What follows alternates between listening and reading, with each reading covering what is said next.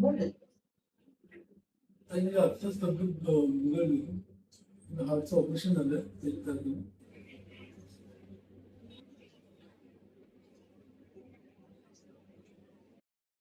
बाबू तुझ्या नातेवाईकांनी खेळ खेळला.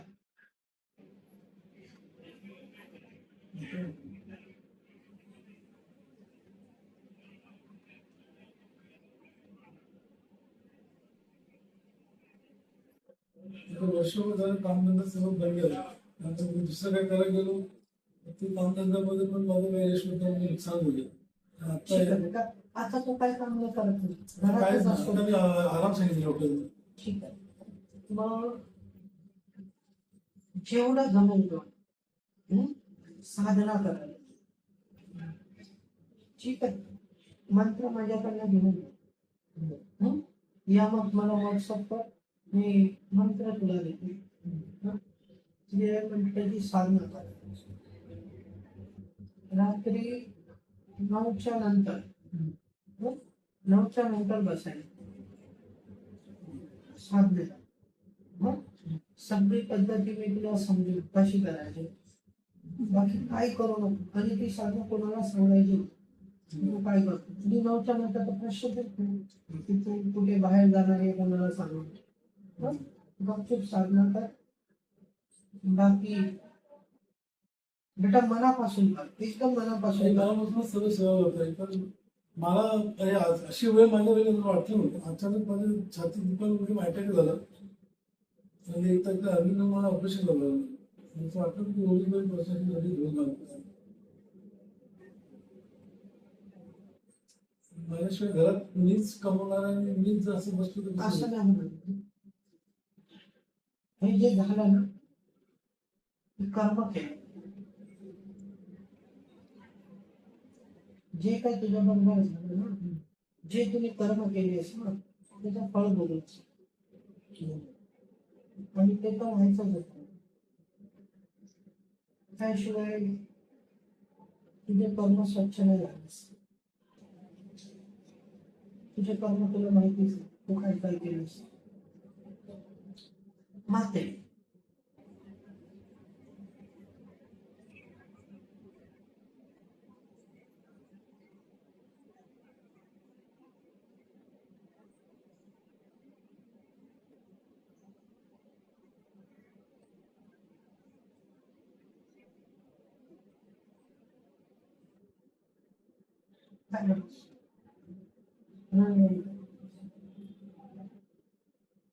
नाव बोलतो ना.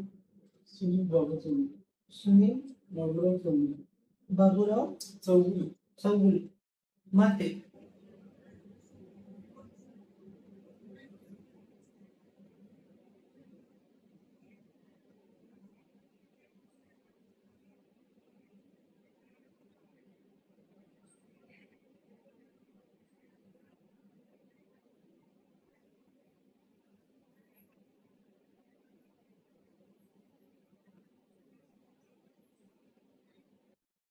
पूर्ण स्वच्छ कर.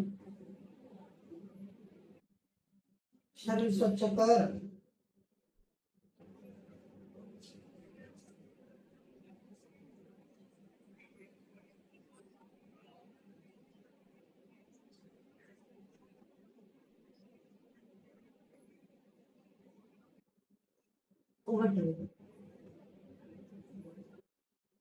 बाबा तुझ्याकडे ही संधी आहे.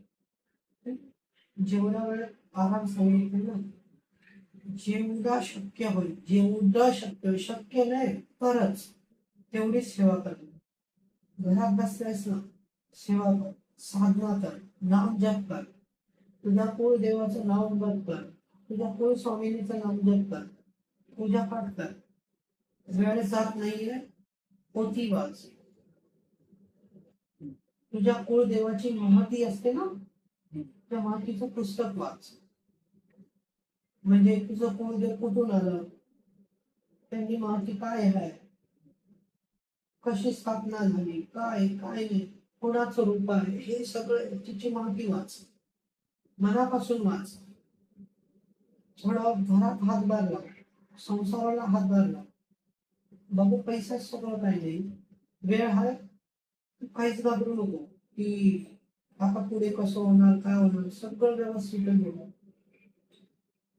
तुला जर मी वचन दिलंय ना, तो मला अजून आठवण भेटलं आणि ते होणार, पूर्ण होणारच.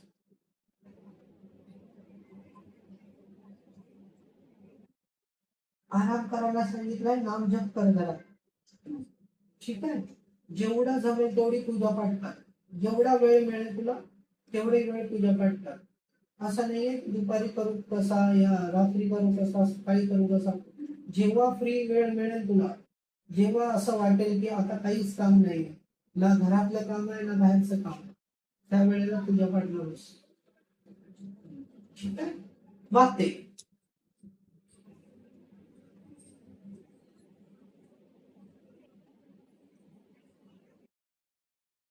असं अधून मधून हसायला येतं ना, काहीच कारण नसतं मनातल्या मनात असा आनंद होतो. नाही,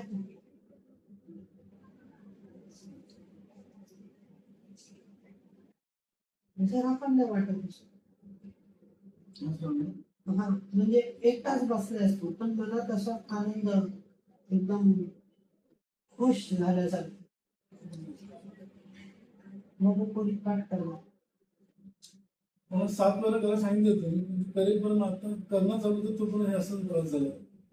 बाबू बघ, तुला मुभा दिलेली कारण मी तुला बजावलेलं की 7 दरबार करच म्हणून, आणि तुझ्याकडे वेळ होता त्या टायमाला तू आलाच नाही. 7 मी सांगितल्यानंतर 7 दरबार नंतर तुला हे झालं. जर तू 7 दरबार केला असतास ना तर तुला हे नाही झालं असतं. हे ठाम मत सांगतो तुला. जाऊ दे आता त्या गोष्टीकडे नको लागू. गेलं त्याला आता काय करणार, झालं ते झालं. माते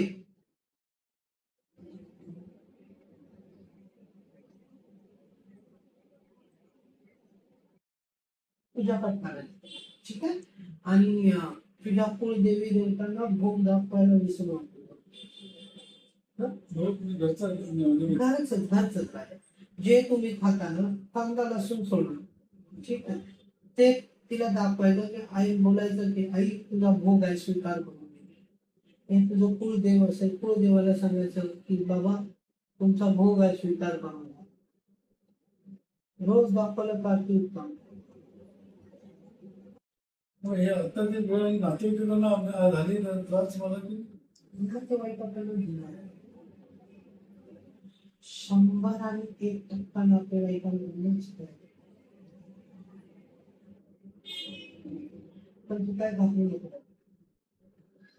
जर तुझी कर्म व्यवस्थित असली असती ना तर हे झालं नसतं. हे समज की माझ्या चुकीचं फळ मिळालं आणि पुढे चाल, हे विचार करत राहू नको. नातेवाईकांनी केलं तर त्याच विचारात गुंतशील मग.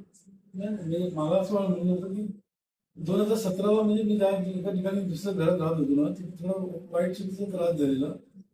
त्या शक्तीचा परत आता पुन्हा त्रास तर नाही झाला. ना बेटा, हे सगळं करून आता तुला काहीच नाही करू शकत. माते